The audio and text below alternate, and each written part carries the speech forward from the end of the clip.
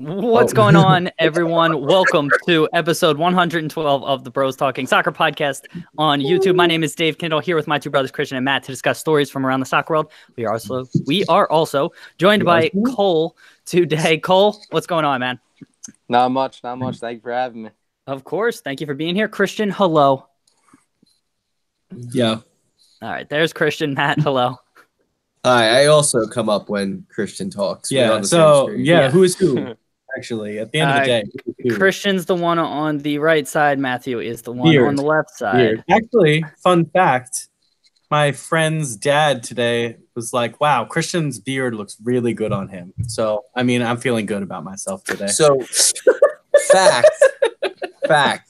Somebody likes it. Somebody likes my friend's dad. Yeah, we all like it. I think you have amazing facial hair. I wish I could grow in here. I'm on record as saying that. And so your beard is fantastic. I'm glad. Drew, also, my friend Drew asked when can he get a face shirt, but I said they are no longer available right now, but we might release them later. Yes, very true. So yeah, absolutely. I'm glad that he's asking. So yeah, if other people ask, we'd be happy to restart that. On my Sunday night games, I wear it as my goalie jersey. All right. Fantastic. Okay. All right. Love all of that. With that, listeners, thank you. Viewers, if you are here on YouTube, say hello to us, interact with us as we go along here. Guys, I think we're ready to jump into the podcast. Christian, do you have a trivia question? I think. Okay. All right. You were waving at me previously. Did you have something else to say, or were you just saying waving hello? at the viewers, not at you. Okay. All right. Okay, Matt and Cole are having a couple brews. This is going to be a fun, great podcast. Not only a brew, Matt is having golden monkeys. Yeah, all right. Your face is already.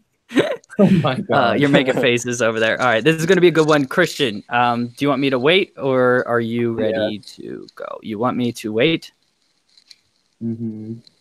All right, there you go. What's up, Steven? Welcome. Thank you for joining us. Matt's drinking Golden Monkey. Cole is over there drinking Lion's Head.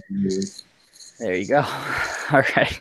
And Christian, give me the quick heads up when you are ready to go, and we'll jump into things hopefully sooner rather than later, because right now I am just stalling.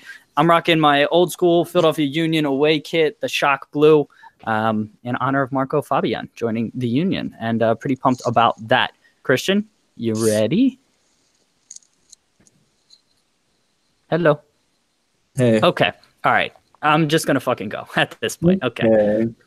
What's going on, everyone, and welcome to episode 112 of the Bros Talking Soccer podcast. My name is Dave Knittel, here with my two brothers, Christian and Matt, to discuss stories from around the soccer world. We are also joined by our friend Cole Kropnick today. Cole, how's it going, man? It's going well. Just hanging in there. Just got back home in the snow, beat the rush, and here we are. Nice. Happy you made it safely. I like the FC Barcelona poster you got behind you. Nice. What is that? Dino, Thierry Henry. Just an old classic Dino. There you go. Awesome. Well, that looks fantastic. Christian, hello. How are you doing today? Dave, I could not be any better. Thanks for asking. How did your Sunday league match go? We won 6-5. Okay, so that's good. All right.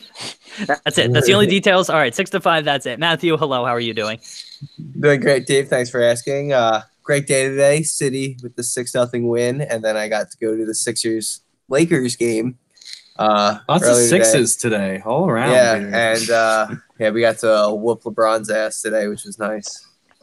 Awesome. Guys, I'm doing fantastic. Thank you all for asking. I threw my neck out a couple of days ago lifting, so I'm not excited about that. But beyond that, had a great day. Went up to San Francisco, played a little miniature golf with my wife and a couple friends. And lost. Yep. Kristen won. Yes. Thank you, Hun, for making that point known. And yeah, overall, great day. Christian, do you have our trivia question for today? Yeah, I'll just go with this one. Okay. You sound super excited about it. It's just going to be another Peter Crouch one, because why not? Why not? Can never have too many Peter Crouch trivia questions. Do you know, and I honestly may have asked this before, I can't remember, how many substitute appearances he's had? He has the most ever. Okay. Appearances? If he asked it, I do not remember. So I think it's a fantastic trivia question. We will think on it. Listeners, you will think as well, and we'll give our guesses at the end. Matthew, over to you from actually, before we do that, I just want to say thank you. Anyone who bought a hoodie, the hoodie sales for the podcast listeners ended yesterday.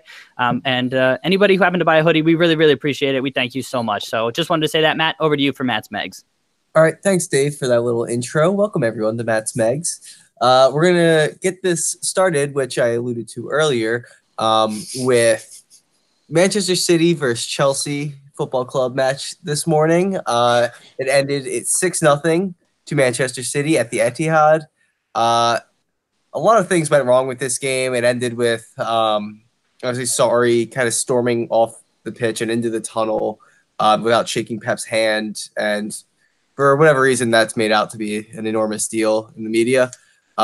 Christian, I'll start with you. What do you make of Sarri's action and, I guess, the state of Chelsea at this point? Well, the state of Chelsea at this point is making me very joyous. I love to watch them crumble. I think Sarri needs to be more professional. I don't know why he didn't shake Pep's hand. I'm not really sure why he didn't. I don't think that there was anything really Controversial being done, or there really wasn't anything controversial. I think he just maybe thought they were running up the score, and that's why he was mad. Or maybe he was just really disappointed and he was upset and didn't want to talk to anybody, which is a possibility. But you're in a professional environment. All the cameras are on you at the end of every game, making sure that there's a handshake, which is a whole other thing. Why is that such a big deal? Why do they have to film that every single game? They always show the managers. I don't know if it's an English thing. I feel like in other leagues, it's not quite as big of a deal. Usually it's just kind of like seen as something you should do. But I feel like it's a bigger deal in England. Yeah, but I think it's just he has to be better. That's unacceptable. And bye-bye, Chelsea, down to 6th. All right. Cole, do you have any remarks about Sarri or the state of Chelsea? I mean, I definitely think he should have shook Pep's hand, because in about 20 years, he'll probably regret that, knowing that Pep is one of the best managers to ever be a manager. So, yeah, he'll probably regret not shaking that guy's hand. But, yeah, at the end of the day, he's professional and he's in the Premier League, and that's the least you can do after getting slaughtered 6-0. So, yeah, that's my take. Any comments about Chelsea? Like, do you think they're top 4 bound or not even top 6 bound? Or how do you think this is going to end for Chelsea this year? I could see Chelsea maybe sneaking into the 5th spot for Europa League, but by the looks of it, Man U's on the way up. I just don't see them being the top 5 team in the Premier League right now. All right, Dave, how about you? Yeah, I'd agree with that. I mean, I don't have too much else to add. I think Chelsea is going to finish 6th at the way they're falling.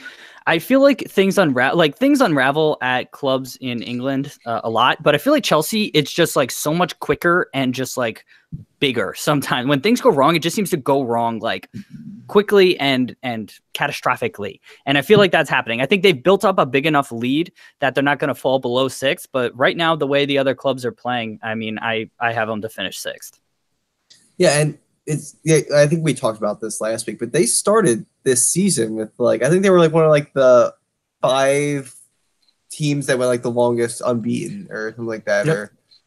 It's just like surprising the fall they've had considering how well they started. And like to my knowledge, I don't think they've had many injuries, have they? No, it's a systemic thing, I think, at the club for years. Like starting at the back. What?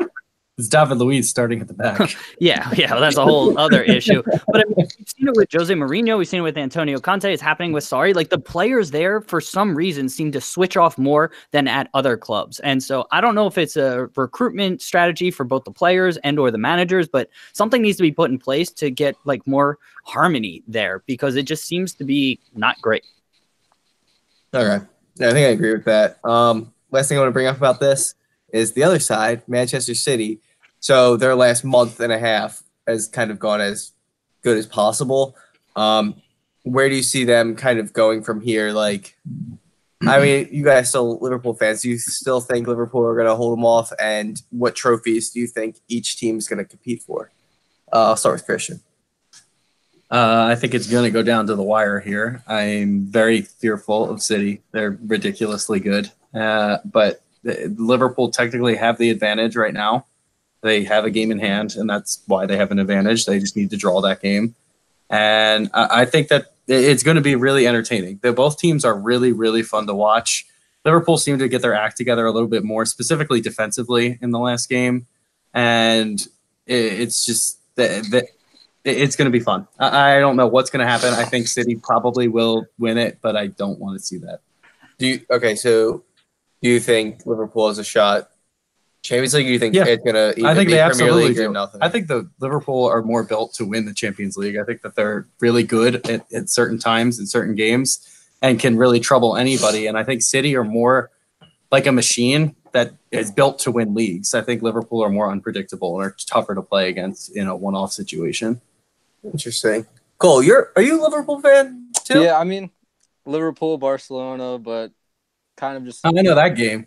Yeah, I mean, I liked Liverpool when they had Steven Gerrard, and then Suarez was my favorite player for a little bit, so he joined Liverpool, and I liked them even more. But if I had to pick a side to win the Premier League, it would obviously be Liverpool, and same with the Champions League. Oh, wow. All right, Dave. So, yeah. Yeah, I would. I just hope Liverpool wins the Premier League. I mean, Champions League, quite frankly, I'm less concerned with just because I just want the monkey off the back, being a fan and of the club of the Premier League. I feel like it's such a golden monkey. It's match drinking golden monkey. Yeah, tying it all in there. Yeah, so I just want them to win the Premier League. I still think City is the deeper team. And like Christian was alluding to there, Christian, that was a fantastic point. City just being a deeper team and just more talented overall, I think they're built better to win a domestic league, which is a marathon. It's not a sprint. Whereas Liverpool maybe is built a little bit more for speed. And so, shorter competitions like the Champions League. But I really hope they do it. I mean, it's better to be in this position than be in second. And so for Liverpool, they're in pretty much the best position I could have expected before the season. So I hope they do it. Yeah. So for me, I'm hoping that City win all the trophies, but realistically, I don't think that's going to happen. Maybe 2 or 3. Anything else you guys want to add on City or Chelsea right now? Nah, I'm good. Definitely not. Nope. Okay. Moving on. Crossing the pond over to America, the Los Angeles Galaxy have this week unveiled a statue for David Beckham outside of StubHub Arena. Nope. It's like it's rebranded. It's like Dickens Health Park. It's got some new name that's ridiculous. So yeah, but the old StubHub Center, which originally was what the hell was its original name? Was it Dick's Sporting Goods Park? I don't remember. Whatever. Sorry. Continue. Okay. So, yeah, this week, statue unveiled for David Beckham, MLS legend. I guess we'll throw that out there. Yeah, legend. Dave, I think you have a lot to say about this. What do you think about the unveiling of this statue and if it was appropriate or not and appropriately timed? Appropriately timed, I don't know. I don't think he deserved a statue from the Galaxy. I think if this makes any sense, he deserved a statue from like MLS headquarters because the role that he played for the league was instrumental in where we are today. And so he has a historic place in the league, but like literally on the LA Galaxy teams he played on, Landon Donovan had more than 100 goals and 100 assists for the LA Galaxy. He won 4 MLS Cups. Beckham was only there for 2 or 3, I believe.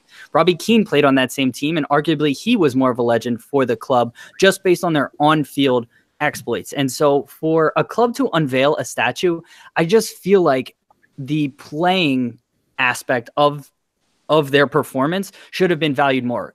Beckham is incredibly important to the league, but I don't think he should have gotten a statue from the LA Galaxy.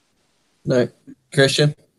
I think Zlatan should get one because why not? I think that Beckham did not deserve a statue in LA. I think he was, like Dave said, really, really important to the league and its development. Good job, Dave. Thanks. We're just complimenting each other. It's fantastic God, it's so here. I think maybe they should put the statue in Miami. They should just pick up and move it because that's where he's going to be anyway, right?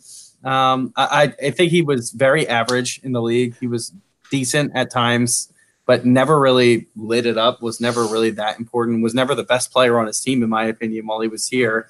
And he just really brought media attention, and that was huge for MLS, but not really specifically legendary for the Galaxy. All right, Cole, what do you think about David Beckham and his statue? David Beckham does not deserve a statue in Los Angeles, nor anywhere in the MLS. But I do think he did play a big role, just like Dave and Christian were saying about just getting the MLS to where they are now. I mean, to my knowledge, he was one of the first top players, legends to come over to the MLS, and that's only led to now Zlatan and Carlos Vela. Marco Fabian, he's here.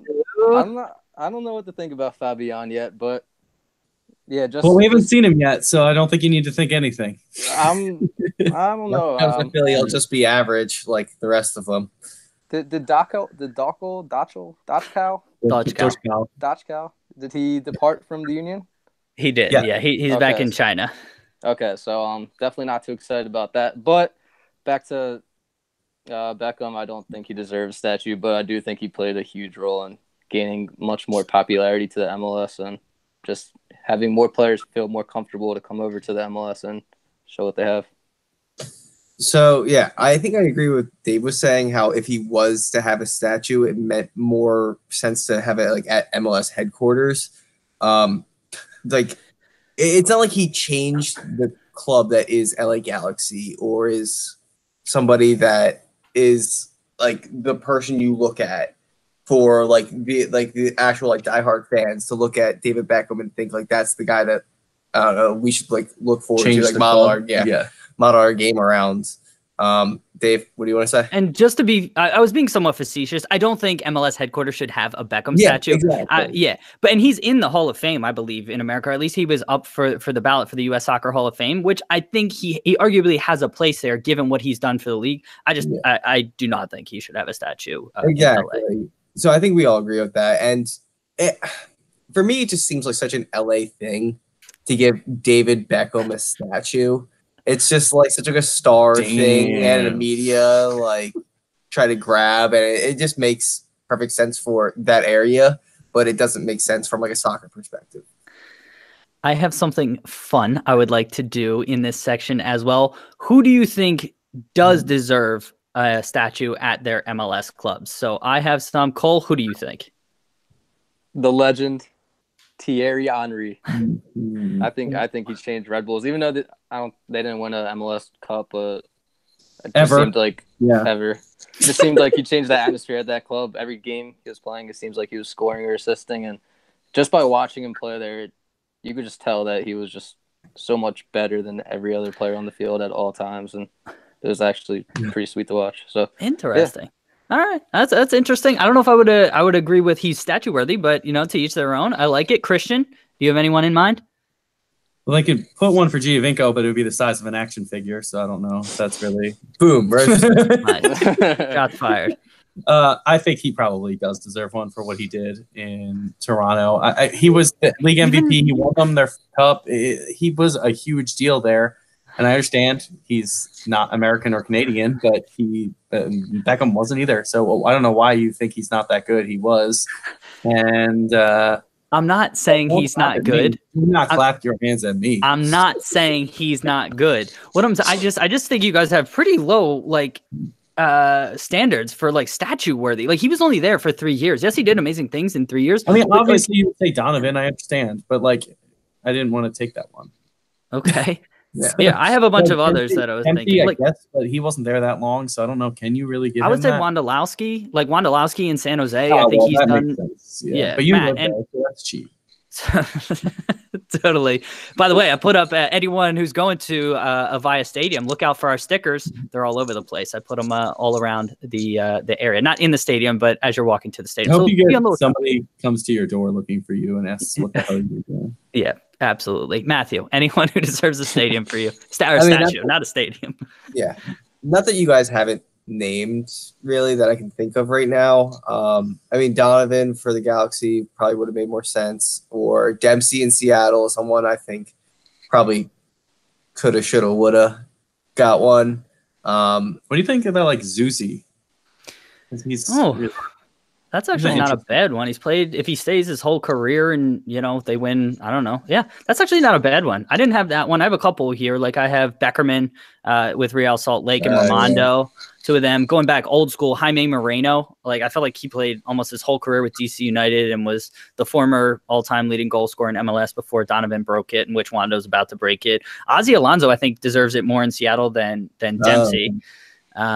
And then I think Bradley Wright Phillips is on his way. I don't think he's there yet, but I think he would deserve a statue more than win anything with him. How can you put a statue for someone who's They've won 3 supporter shields. That doesn't matter. That absolutely matters. Are you serious? Yeah. The supporter shield absolutely matters. Best team in the regular season. They've done it, I think, 3 times while he's there. He's going to have, I think he's already over 100 goals for the club. Yeah. So I would say I would put him up there. Maybe Taylor Twellman for the New England Revolution as well. Injuries kind of cut his career short. Cole, anyone else? Dave? I don't know what kind of injuries he's had because he never talks about it. Dude, he's trying to. All right, I can't believe you're. All right, whatever. Cole, anyone else? Matt, I've taken over your section at this point.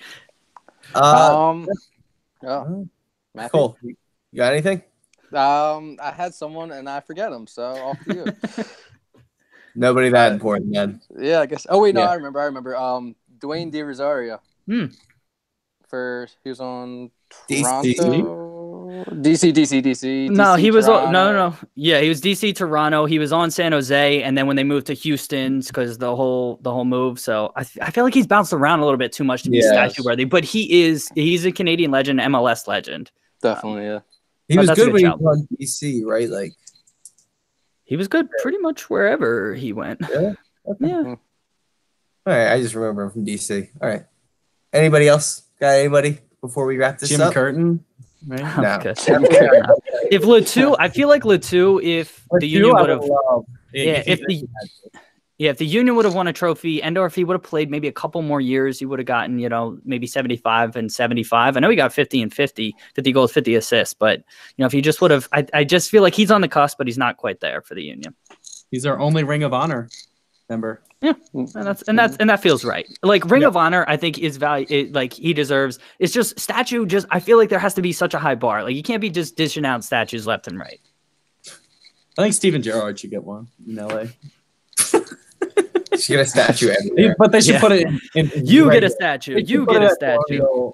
They should put it at Colonial though, so you can look at it. Yeah. I'm just going to hang out with Stevie. All right, we're going off the rail. I'm going to end. Yeah, that's where I'm going to end my section. Thank you, everyone, for joining Matt's Megs. Listen to a little bit of music, and we will be right back. This is why we don't do it at night. Nice. Yeah, the energy is all kinds of off right now, but I think it's going okay. Not a ton of entertainment or fun thus far, right? No, I don't know. What? I thought there was. I was going to mention Fabinho, but I don't know. It seems to fall off a little lately. Fabinho the Beast. Fabinho the Beast. All right. Matt and Christian, you want to do Stadium Scene plug? Yeah. Cool. Whenever you're ready. Check out our partners at Stadium Scene. You can go to stadiumscene.tv to check out content of extraordinary quality. It is a website where you can see the stadiums in the US and Canada for any sport and see what events are in the area, where to park, what to do around the stadium, what bars and restaurants to go to, all that good stuff. Definitely check them out. All right.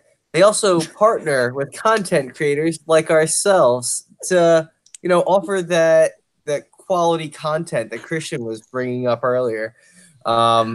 They offer podcasts, blogs, YouTube channels, and it's North America, so US and Canada. They all sports, not just soccer. That's the one thing I forgot to mention. It's not just soccer. So check them out at stadiumscene.tv.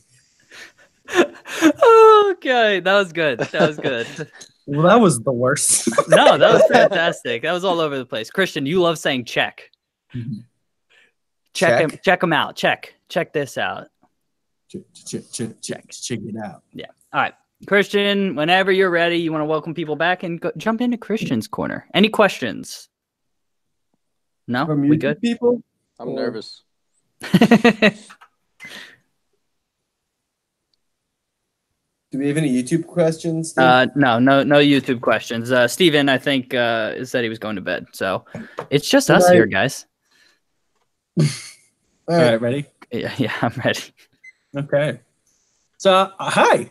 Welcome to Christian's Corner. I almost forgot to say hello to everybody, so sorry that almost happened. Welcome, and we're going to hop right into the topics here.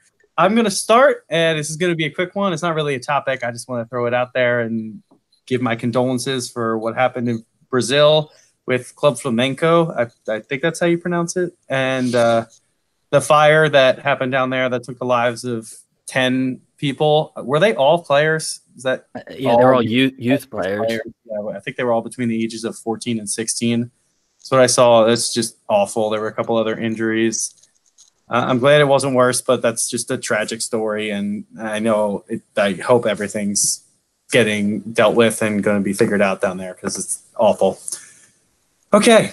So now that that's done and we can move on from that because that is incredibly sad, we're going to hop right into something that also I guess is kind of sad, but we're not going to talk directly about it. So Cardiff are possibly going to have a point reduction. FIFA is coming in and telling them they have to pay Nantes for the purchase of Sala. And it's really getting to be an iffy situation over there. And I guess I will start with Matt here. What do you think about a point reduction if they don't pay? What do you think of like the whole situation about the payments with what happened with Sala? I assume there's some rule in place to just have this simply figured out, where, I mean, if the purchase was already negotiated, then they're owed that money nonce. So I'm not sure how it necessarily goes through if, you have to complete a medical or something like that before any transfer goes through. Maybe that's what they're waiting for, but there has to be some ruling about this that I'm not quite sure about it yet that has to simplify this. So if Cardiff are supposed to pay it and they refuse it, then I agree with the point reduction, but I'm just not sure about the rule that's in place right now. Okay, Dave, what do you think about this? Well, from my understanding, the move was complete. The reason he flew back to Nantes was to say goodbye to his teammates. So he had already had his medical. He had signed his paperwork for Cardiff. He was a Cardiff player. At that point, he flew back, and obviously the tragic situation, thoughts and prayers to both him and the pilot's family, because they found Sala's body. I don't believe they found the pilot's body yet. So hopefully they do that. But I mean, it's such a tough conversation to have, but he was a Cardiff player, and so Cardiff owes Nantes that money, and it's really just kind of as simple as that. And like Matt said, there may be some rules from FIFA that sort of dictate what happens in this situation, but I gotta imagine Cardiff just owes them the money. Yeah, and I think that's probably why FIFA are stepping in now, because that rule is in place. Cole, what do you think about this? Just going off of what you guys said, I mean, I'm not too knowledgeable on this topic, but I do believe that if they don't pay the money back to Nantes, then they have to be some sort of consequence towards the club. I mean, point reduction seems a bit heavy, but at the same time, they owe money, and you got to do something to pay up. And if that's what it's going to take, that's what it's going to take. I don't know the FIFA rules like you guys are saying, but yeah, I mean, they got to take action. Yeah, Christian. The point reduction is one thing, but how is Nantes actually going to get their money? Is FIFA going to pay it? Like, who's actually going to pay it? Well, Cardiff. Cardiff That's would pay it. Well, I know, but if they're saying we're going to give you a point reduction for not paying it, they're not paying it. Like, no one can own the money. Like, someone has to pay. Is the Premier League fronting the money? Is FIFA and like going to pretty much make a payable? Aha, accounting. That's what I do to Cardiff. Like, liability. Have to give them the money.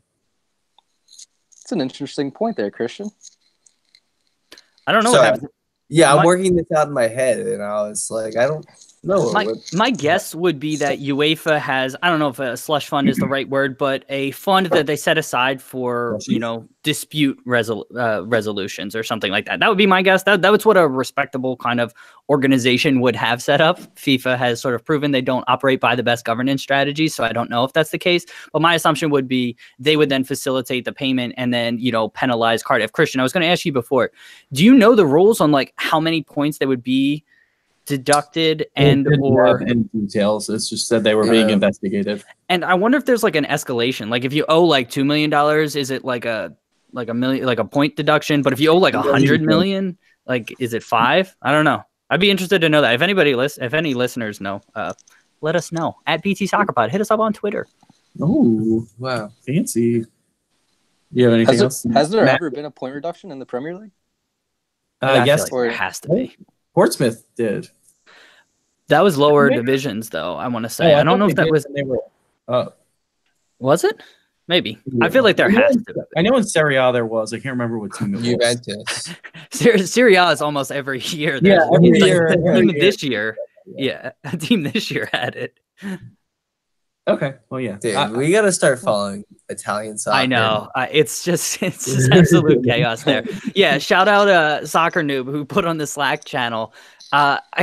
The farmers in, where was it, Cagliari, like barricaded the players in. They tried to stop them from going to their match against AC Milan because they're protesting the price of milk.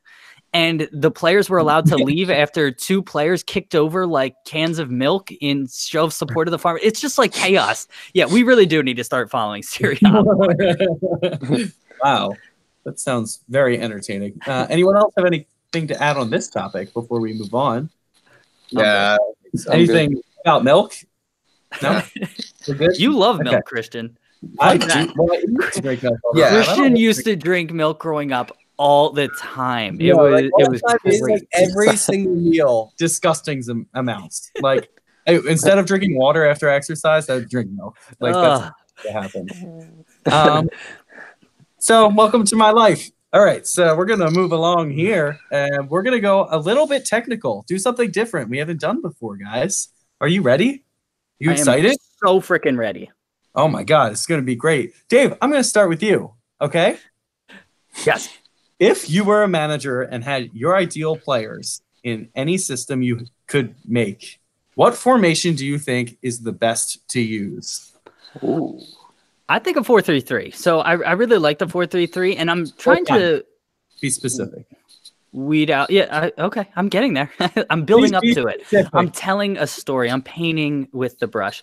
No, I like the 4-3-3 that Liverpool plays. And it's not just from a fan perspective. I think it's got a really nice balance of, what's happening in the center of the park. I might have one forward one of the center midfielders be a little bit more creative and free roaming. Right now they have one that's more defensive and the other 2 are kind of both functioning as number 8s. I think what I would do is have a traditional, flat 4 in the back, have a defensive center midfielder, and then have like a box-to-box number 8, and then a number 10 who's more of a free-floating kind of player.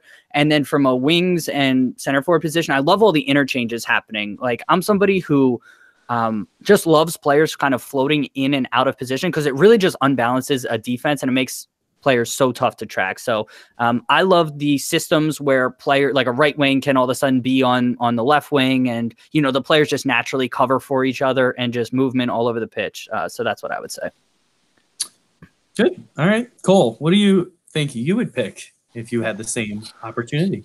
Well, I'm right there with Dave on the interchanging. I would do a 4-3-2-1 when you're defending, and when you have the ball, turns into essentially a 3-4-3 with whatever side the ball's on. That outside back is going forward, and the other outside back's tucking in to make that back 3.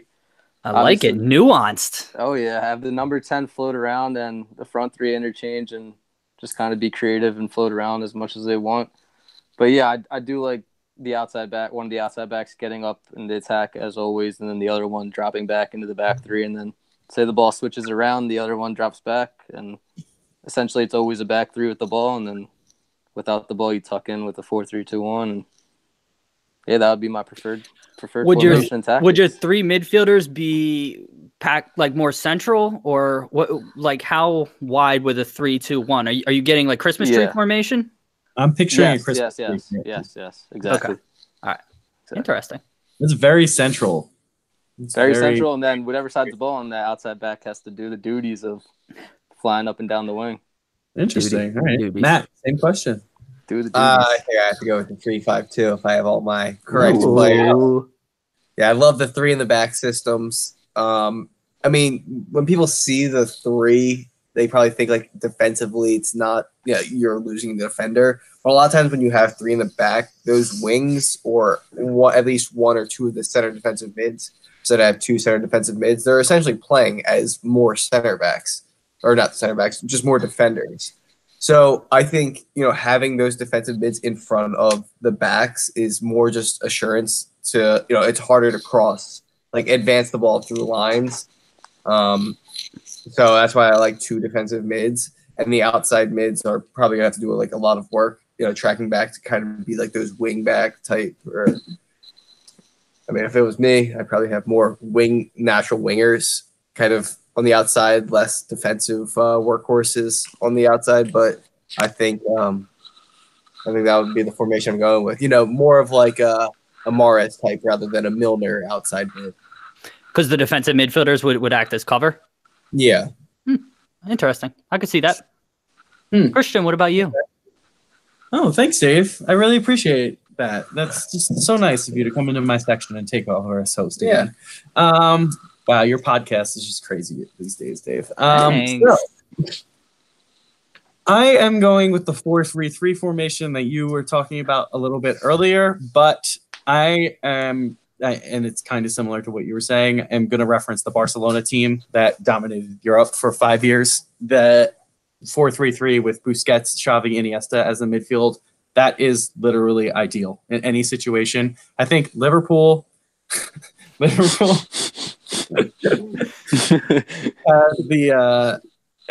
a similar midfield with Mascherano, Alonso, and Gerrard in 2009, where they have that true holding mid. They have a game-controlling center midfielder and a powerful attacking option as well. I think that is really important. I think in this formation, it's really important to, get the spacing in the midfield right, but it's really about the width and making sure those players are doing it right. And I think with Barcelona, it almost morphed into a 3-3-4 at times with their outside backs always were pushed really, really high as the wingers. Their wingers actually became the strikers, and their attacking mid almost dropped into, their striker dropped into an attacking mid role. And so it was just really, really interesting to see. It was really, really central, but those outside mids really changed the game because they stretch you. They force defenders to pull out of position and open up a lot of space through the middle. I just really love that style of play. And I think if I had the right players, you drop that defensive mid in as the third center back like Busquets would or Mascherano would, and that's how the formation would set. Was what? Sorry, it looked like Cole. Yeah, Cole. Oh, yeah, I had something to say. All right, go ahead. Yeah, go. For Dave and Christian, because you guys are both regarding the same formation, what's your preferred striker? Is it more of a false 9 as like a target man, or would you want someone to get in behind and make runs all the time? So it does depend Christian, on the. Go. Sorry. Sorry, I didn't clarify. Christian, go. Your turn. It does depend on who you have, but in my ideal situation, I think the 2 wide players are more strikers, and your attacking mid is almost a false 9. So it brings the wingers in and frees up the outside backs. I actually like the guy to be a hold up forward and then also somebody who runs in behind. Is somebody like breathing? What the hell is that sound right now? Cole, and he nods his head. Oh, okay. All right. No nodding. All right. No. You can nod. No, it's all right. I just wanted to make sure. There's no nodding on the podcast. I'm just not going to move. I'm going to be frozen. No, it's cool, man. I just wanted. It sounded like somebody was breathing. I just wanted to make sure everybody was okay. I like somebody who runs in behind and again is constantly moving. Like I love the forwards, whether it's I think Aguero does a good job of this. Suarez in his day, David Villa was really well known for this, where they're just constantly moving and it's so unnerving for defense. What? Dirk Kuyt, Dave. Yeah, Dirk Kuyt. Yep, exactly. He's the same level as those players. So Yeah, so that's what I would like from my forward. Okay. Me Nice. personally, I would probably do Lukaku. I think he's the best of both worlds. He can check back for the ball and he can get behind. People harp on his touch a lot, but hey, Interesting. he's one of my favorites. He had a 100% turnover ratio. Hey, dude. He's always asking for the ball and always wanting the ball in dangerous situations. That's what you want as a forward. I like Lukaku too. So I got a soft spot for him as well. I was actually planning on having, if my ideal, I'd have him as one of my 2 strikers. Oh, that's cute.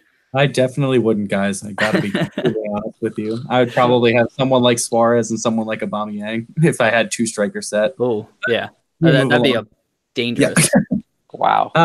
Yeah. So anyone else have anything else they want to add on their tactics here? I'm good. Matt? I Dave? think my team would win. Oh, okay. Cool. Without even announcing, I think it would win. Cole? Yeah. No, I'm good.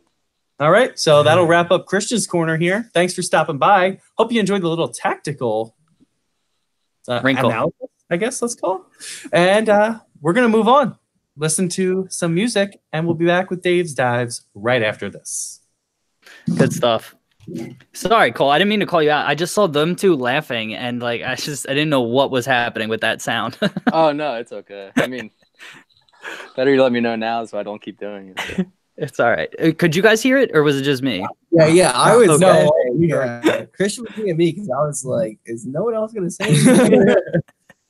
I thought it was Matt, like just fucking around with something. That's why I said something because I knew he was laughing. Like playing with the can. That's what it sounded like. Okay, all right, whatever it was, whatever. It's cool. Fans either, Cole. Yeah. Stop. Hey, the can's gone. I might need to grab another can. Yeah. Now's the time if you want to go. Time. All right. Yeah. Canning time. All right, canning time. All right. Well, What was that, Christian? What? he's singing closing time, but with cans. It's clever. So, what did you You don't guys have to think? go home, but you can't stay here. A lion's head or a hams? I don't even know what hams is. That's not- Definitely don't drink hams. That sounds terrible. Or I mean, Ice House? Ice House. What are these beers? You don't. You're better off not knowing. Oh man. All right. Let me give a quick plug for our other partner. You having a rave in your living room there? Yeah. Did you just not turn lights on? Yeah, we live in the dark. That's all right. So do I. Dave does do that. Yeah, No, I you do. don't. Dad does that. You don't. I do that. No, I do. Well, I don't do it quite as much as Dad, but when I'm here, or Kristen will walk in sometimes, and she'll be. Are you saying that you just walk into rooms and turn the lights off like Dad? Or No, I don't do that. If nobody's in the room, I will shut the light off. Oh yeah, but when other people are literally hanging out. No, in the room, not when other people are sitting there. I'm not turning lights off on them. With the exception, I will say, in our family room over here, because we have just a palatial estate here. But in the just the room right over here, our overhead lights shine directly on the TV. And so if I'm trying to watch something, I don't like that. So I'll turn them off, but I'll turn on other lights, side lights. All right, whatever. We're on a weird sort of path right here. So let me steer this back to the podcast. I like lights.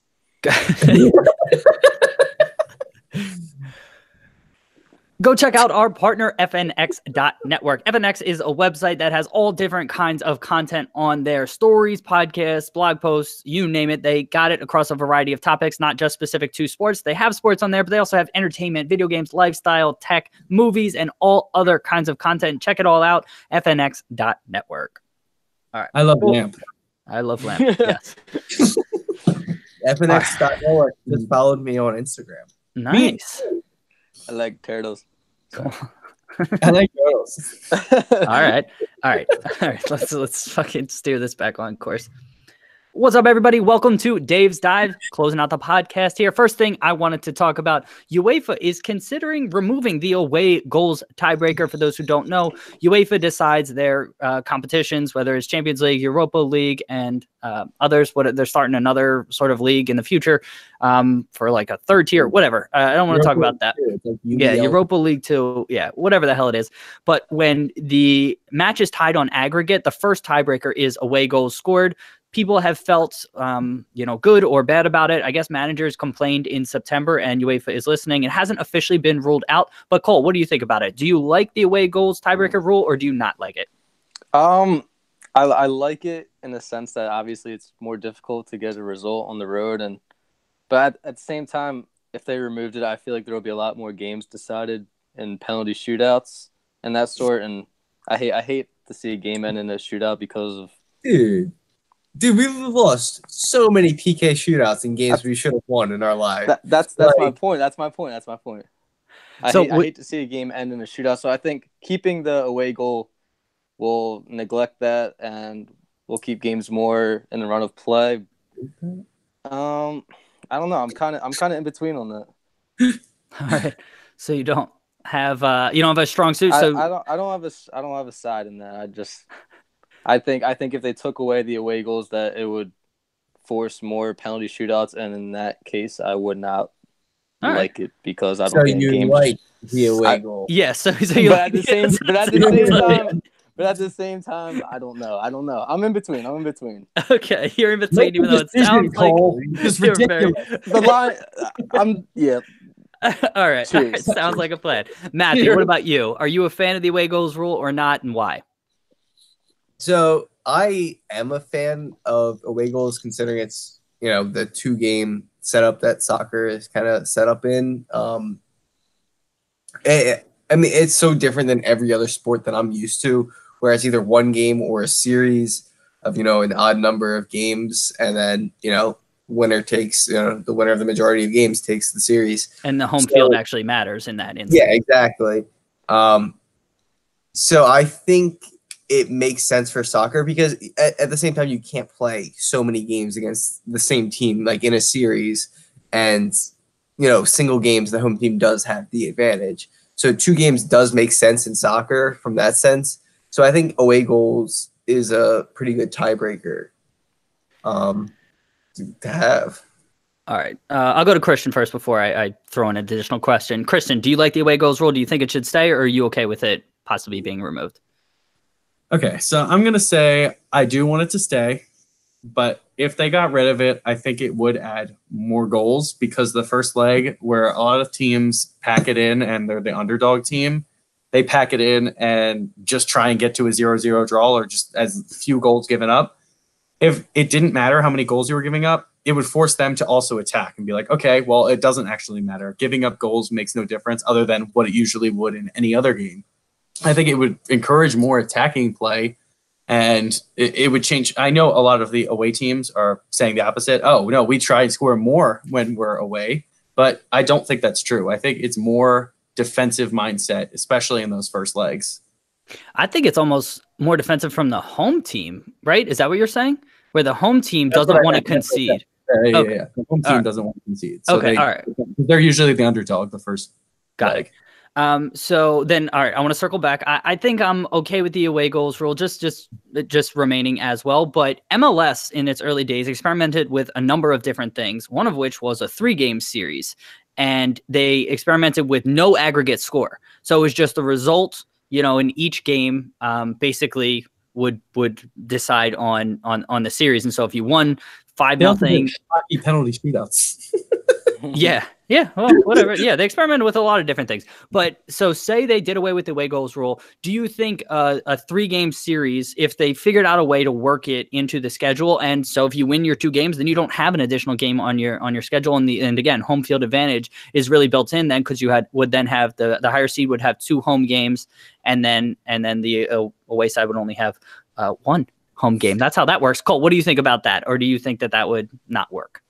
Yeah, I think that makes sense. I mean, definitely would be more taxing on the players if it was an extra game during the season, and then all those games add up, and eventually you're looking at maybe 10 games extra as opposed to only playing 5. But I think that could be a solution.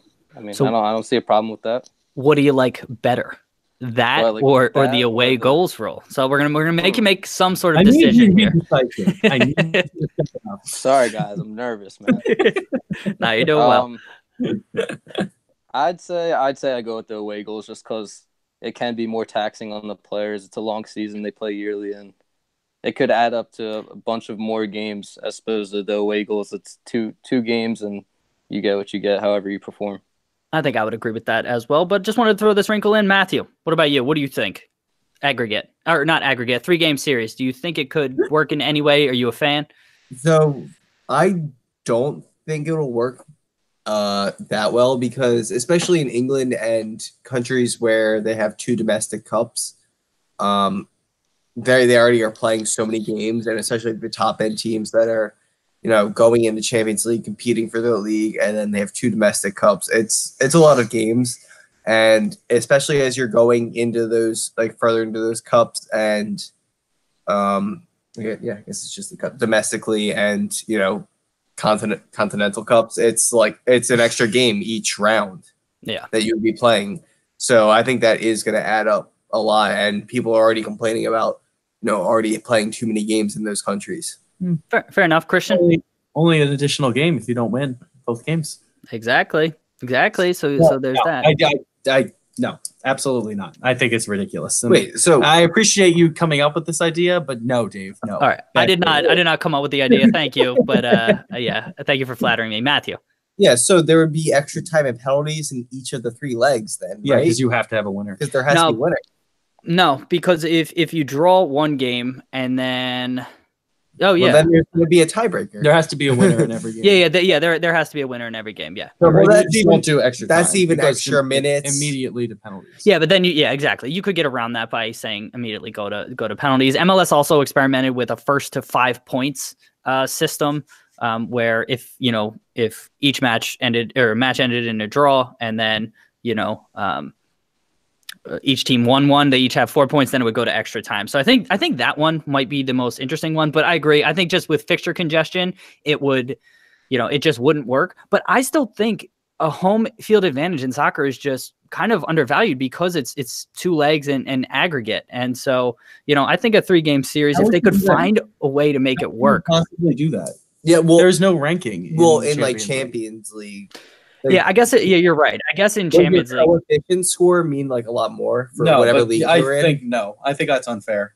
Yeah, actually, in Champions League, it is the most fair because there shouldn't be a home field advantage. So you know what? Yeah, that's actually right. So I guess I'm more thinking from a playoff perspective, but really the Champions League is just supposed to be kind of most fair. So I would agree with that. Thank you guys for humoring me there. Last thing I wanted to talk about here, Liga MX and MLS are again in discussions to form a tournament outside of the CONCACAF Champions League.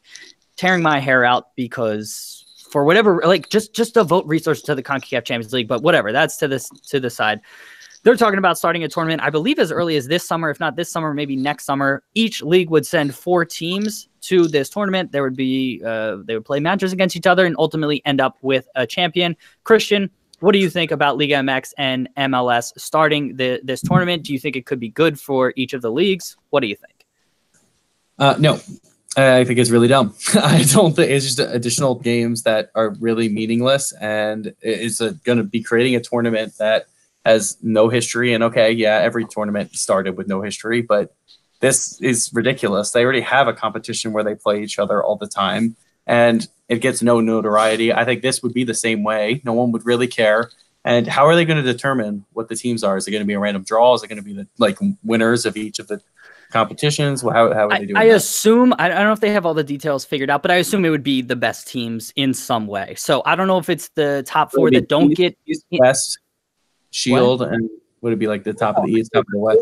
Those already go to the CONCACAF Champions League. So my guess is probably this would be the next 4 teams, or maybe it is those top 4 teams, at which point they're in 2 competitions. I think the thought behind it is just that they could devote more resources and marketing power if it's just those 2 leagues involved. And I guess the thought is that, having Costa Rica or Honduras or Panama teams sort of maybe drags down the CONCACAF Champions League. I look at it from a different perspective, but, I'm not a fan of this idea. But Cole, what do you think about Liga MX and MLS partnering on a tournament outside of the CONCACAF Champions League? Yeah, I wouldn't say I'm a fan either. It kind of sounds similar to the Europa League, where it's kind of just played off as, I wouldn't say a joke, but it's definitely not taken as seriously as all of the other competitions just because it's the weaker of the teams. And yeah, I think that's what it would end up turning into. And if it's not the top 4, then I don't think this should be a competition. I think it's just kind of a waste. other than the marketing. But at the same time, I don't know if that would draw a lot of attention. So actually, that's a really interesting point that you just brought up. What if Premier League and La Liga created a tournament outside of the Champions League? Would that be something that would interest you, because those are, widely seen as two of the most talented leagues as far as the teams are concerned, and also like history and whatnot? Would that interest you? That would interest me as the viewer and as a fan, but from a club's perspective, I don't know if they would play their top players in a new tournament that that doesn't have very much popularity to it, or there's already plenty of higher tournaments that the clubs are shooting for. So maybe for the bottom clubs, like the bottom half of the Premier League and the La Liga, they would try hard in it. But for the top clubs that make it, kind of like the FA Cup, they don't play their top 11, and I think that's what it would turn into. So as a fan's perspective, I would like it, but in a club perspective, I don't think they would treat it seriously as all the other tournaments. Fair enough. Offering a spot in the Champions League, I don't think it's gonna be definitely. No, that's a good point. Fair enough. Matt, what about you? What do you think about Liga MX and MLS starting this tournament? I mean, I don't like it really at all. I mean, we already have the CONCACAF Champions League that an MLS club has never won. So at this rate, I don't want to watch us just kind of lose to Liga MX teams over and over again. I mean, eventually, obviously in a more like concentrated competition with just us, it would be more likely that US could get a trophy. But I mean, it's even more meaningless than the CONCACAF Champions League is right now. I have like a friend this year who's like just starting to follow soccer. For some reason, he chose Chelsea. That's a rough year. I'm done. But everybody of like our friends was telling him like, don't support Chelsea, and then he decided to support Chelsea. But so then he came up with the idea the other day. He's like, they should let 4 MLS teams join the Champions League and see how that goes. And I was like, yeah, we have a Champions League already, and we lose every year. So I think just like you said, like putting more resources towards the Champions League and maybe televising a game or two and letting people know that this tournament actually exists other than this guy. It makes no sense that somebody who follows soccer as closely as me has never watched a CONCACAF Champions League game in my life. Have you watched an MLS game before, Matt? Yes. Yeah.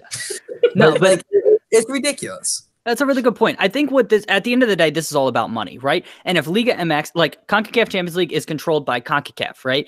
And so, that's not the most.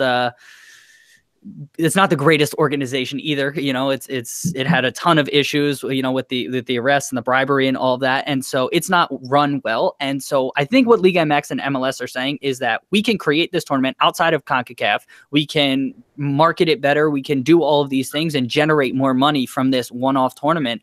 I just wish they would get together and work with CONCACAF to figure out a way to blow up the CONCACAF Champions League to what it should be. It should be on the level of the Copa Libertadores. It should be on the level of a UEFA, Champions League to an extent. Yeah, it's not going to get to be that big, but there's a ton of history here. I know people don't want to, acknowledge it, but the CONCACAF Champions League in different iterations, I think it's been around since the 1960s. Like it's been around for a long time. It rebranded in the early 2000s to CONCACAF Champions League, but it's got a ton of history. Like leverage that, use that, and build that up, and that can attract sponsors. And so that's where I stand on all this. I'm not a fan of this other tournament. Cole, anything else to add here? I was just going to bring up the Open Cup with the MLS and everything. The US Open Cup? And the USL, the US Open Cup. Just how it should be like a big tournament and it should be broadcasted throughout the whole tournament. But I find myself watching the Union in the semifinals on YouTube. Yep. So if this becomes a tournament, what am I going to watch it on? Like Twitch or something? Yeah. I mean... Yeah, I just think it should be televised. And that's all I absolutely. Yeah, no, it's a great point, Matt, and you both brought it up. Yeah, it's ridiculous that CONCACAF Champions League doesn't have an English language broadcast. I know I stuttered over CONCACAF there. Just let it go, Christian. I know. CONCACAF. Yeah, no, there absolutely needs to be an English, and especially with ESPN Plus these days, where it feels like anybody can kind of get on there. I hope to God either CONCACAF Champions League or the U.S. Open Cup sort of leverages that sort of platform and gets on there. Christian, anything else to add here? I just hope they do figure out a way to make it more popular. And I think this competition of just to a little bit counteract what Matt was saying, I think it would give us more of an opportunity to beat Mexican teams, and we would maybe start to develop an ability to play against them just because we would learn how their style of play works. But I still think it's just unnecessary right now to add that competition. MLS is closing the gap. Like MLS made the Champions League final last year. They, have been winning in Mexico for the first time in a while. And yeah. And so what's up? Oh, sorry. Cole disappeared and then came back. I thought he left.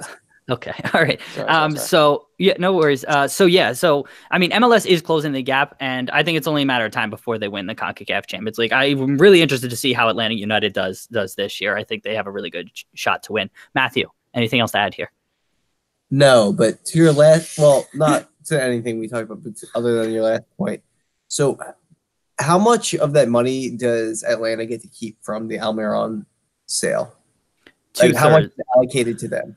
Because he was a designated player, I think they might be able to keep 3/4. Non-designated players, I believe they keep 2/3. A third goes to the league, but designated players are a little bit different. I want to say they keep 75%, So they 25%. spend that on another designated player, Which they did. They bought PT Martinez, who was the best South American player. We went through this on the last podcast. I think it's Messi. No, Messi's the best South American. Okay. All right. Yeah. So they've already reinvested that money, and so they are operating on that. What? I was saying, or Marcelo is the best South American player. Is he?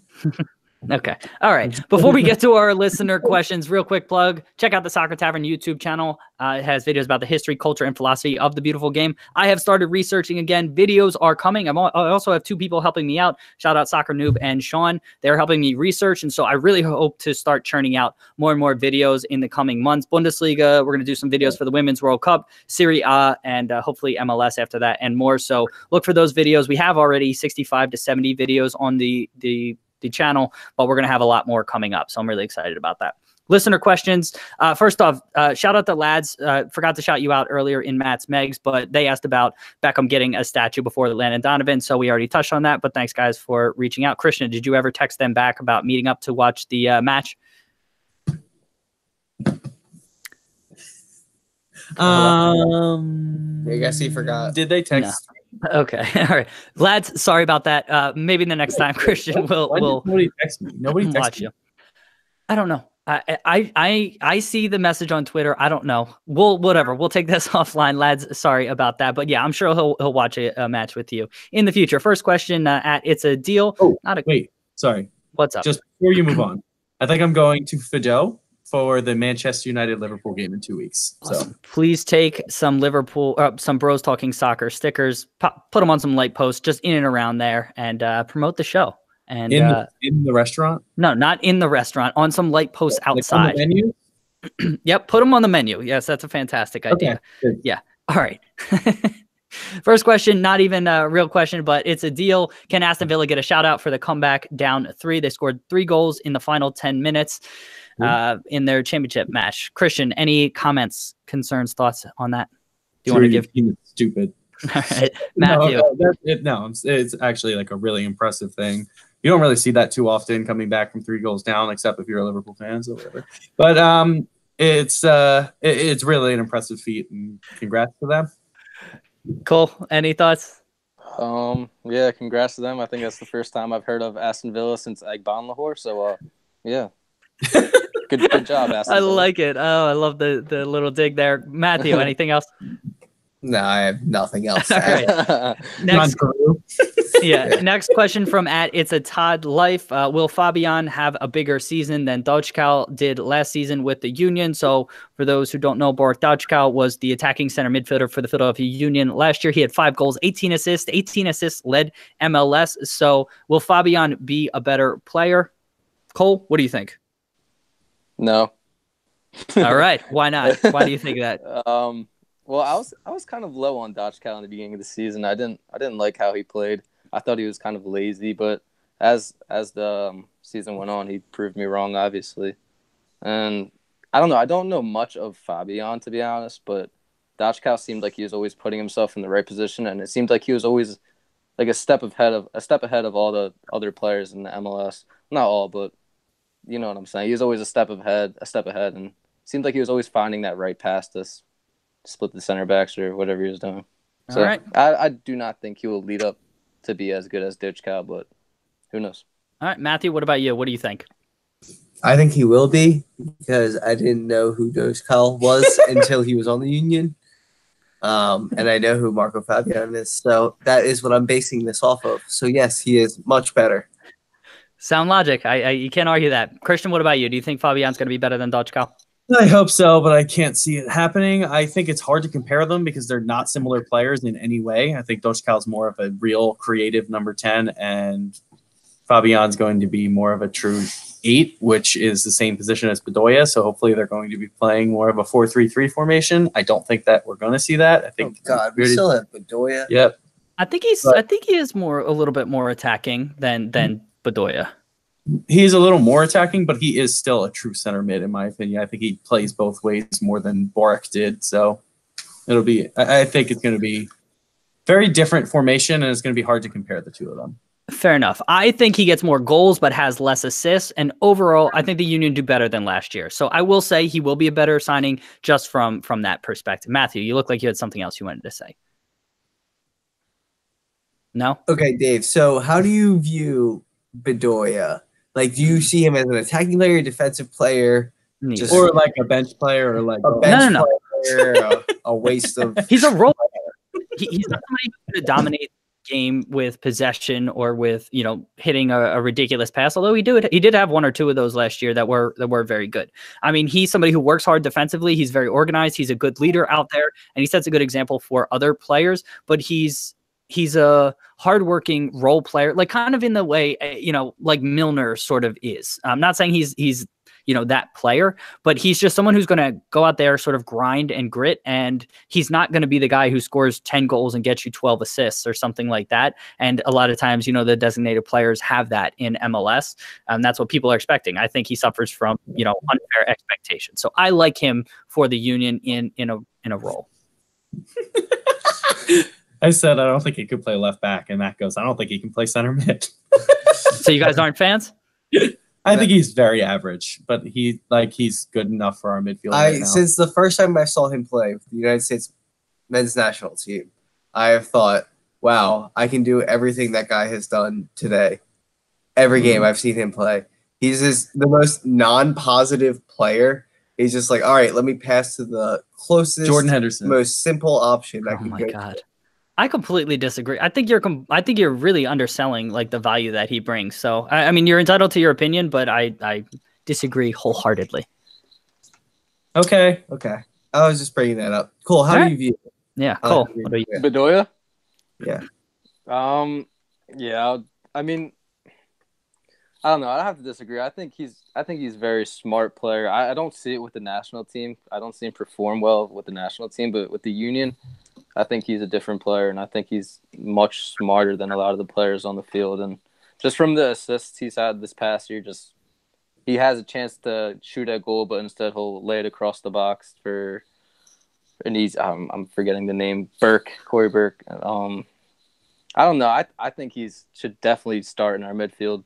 I don't know if he would start in every midfield in the MLS, but definitely the Union. So yeah. I'm a fan. I think he was one of the best box-to-box midfielders in MLS last year. A lot of people were saying that. So I don't know where you're coming from, Matt, but whatever. To each their own. Last question from @DKnits11. With MLS preseason starting and stories of new players having to sing songs in front of the team, what song would you sing in front of the team if you were a new player? Matt, What about you? What song would you sing if you had to do a new player initiation? Wait, who said that? Oh, it's from @Deaconitz11. Okay, that's weird. That's weird. And what was that very long, drawn out, confusing question? I didn't get a question because all I heard was I heard I was supposed to sing something. Yeah, you're supposed to sing a song right now. No, new player initiation. A lot of clubs, around the world, transfers and with MLS preseason starting, new players have to sing a song in front of the teams as sort of initiation. So what song would you sing? Right. What? It's like karaoke. Like if you guys sing in front of somebody. Yeah, sing in front of it. Yeah, that's what singing is. Matthew, what song would you sing if you had to sing a song in front of your new teammates? Blue Moon? Because I assume if I was going to be signed, it would be to City. Okay, fair enough. Christian, what about you? What song would you sing? Hands down, Lou Bega, Mambo number 5. Not even a question. Know it already. I'm ready. Oh my God, I love it. Cole, what about you? 10, 9, 8, 76. 1, 2, 3, 4, 5, Sixers.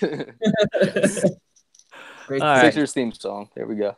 I love it. All right, cool. I feel like mine would have to be like a Backstreet Boys one. I want it that way, get everybody going. What's that? I said that at the exact same moment you said it. I want it that way. Yeah, exactly. That one. Or if we could do a little bit of rapping, maybe a Magic by B.O.B. and what the hell's his name? The guy from Weezer. I can't remember his name right now, but I know that whole song. What's that? Bob? Bob? You said B.O.B. It's pronounced. All right. Yes. So, but yeah, maybe rapping that. But if I had to sing, it would be, guys, I'm trying to juggle a lot of things here. These one-off clips, sometimes go over my head. So my apologies there. But listeners, if you had to sing a song in front of people, what would it be? @BT Soccer Pod, let us know. Hit us up, or if you're in the Slack channel, send a message there. Christian. Deaconitz11. What's that? I said, or they could just tweet at Deaconitz11. Yeah, or they could tweet at Deaconitz11. For those that don't know, that's my Twitter. I threw that in there because I heard it on another podcast. It was Total Soccer Show was interviewing a new player for the San Jose Earthquakes, and he was talking about the song that he sang in front of the team. So I thought, hey, that'd be a fun question to ask you guys. And wasn't that just a glorious time, guys? I think we all had a ton of fun. Christian, it was a blast. Do you want to recap our trivia question? We'll give our guests. It's about Crouchy for the second week. Peter Crouch of Burnley. Do you know how many substitute appearances he has made in the Barclays Premier League? It is the most in history. I will start by asking Cole. Ooh. Wow. I'm gonna give it 131. Okay. I will go to age order. Matt. 99. Oh, wow. David. 111. Oh, wow. Classic you picking 111. No, sorry, none of you. Cole was the closest. It is 152. Oh, God damn it. You threw me off there, Christian. I was actually going to guess like 160 something, but when Matt said 99 and you said, I was like, okay, well, I feel like it's. I did that on purpose. I know, you cheeky bastard. If you liked what you heard here, listeners, please leave us a review on whatever podcasting platform you listen to us on. Specifically, iTunes helps the most. Christian, tell people about Slack. I would love to. It's an interactive communication system where you get to talk to us and a bunch of other people. And you talk about soccer. There's all these different channels. If you want to join, you email us at brostalkingsoccer@gmail.com, and we will get you in the channels. Absolutely. Or tweet at us at BT Soccer Pod. Those are our contact information. Matthew, what's our website? brostalkingsoccer.com. brostalkingsoccerpodcast.com also works, but we're switching over to just brostalkingsoccer.com. So stop typing in podcast. It's a big deal. Please stop typing in podcast, people. Yeah, no, we're going to start some YouTube videos, like a new YouTube show, which I'm really excited about. So yeah, I'm getting pumped about that. And so we moved everything over to brostalkingsoccer.com, but brostalkingsoccerpodcast.com will still work. You can read about us, check out past episodes there. And also, if you want to support the show, go to our store link on our website. If you're buying anything on Amazon, click the link to Amazon. Whatever you end up purchasing, we get a very, very small percentage of that. Helps support the show. and us, and no additional cost to you. It's just a couple extra steps, and it really, really helps us out. Cole, thank you so much for being here. We really appreciate it, and hopefully we'll get you back soon, maybe for an interview. Oh, yeah. Thank you guys for having me. It's been a pleasure. Awesome, man. Christian, thanks for being here. Dave, it was just the tops. Thank you, Matthew. Thanks. Yeah, Dave, thanks for having me. The Golden Monkey really hit me throughout this episode. Appreciate it, listeners. Thank you so much for being here, and we will be back soon. This week, we're interviewing the guys from Dynamo St. Cloud, a club based in the Minnesota area, lower divisions of U.S. soccer, so I'm really excited about that. We're interviewing them tomorrow, so that is Monday, February 11th, and then that'll be out as a podcast. I think Valentine's Day, if I did my math right, February 14th, whatever Thursday is. So that's when that'll be out. Talk to you soon. Thanks for being here, everyone. Yeah, correct. Okay, cool. All right, people who have joined on YouTube, nobody's here now, but if you're watching in the future and have made it through this whole thing, hell, you deserve a gold star. Send us an email or whatnot, and we'll get you something special. Thanks for being here. See you, everybody. Bye.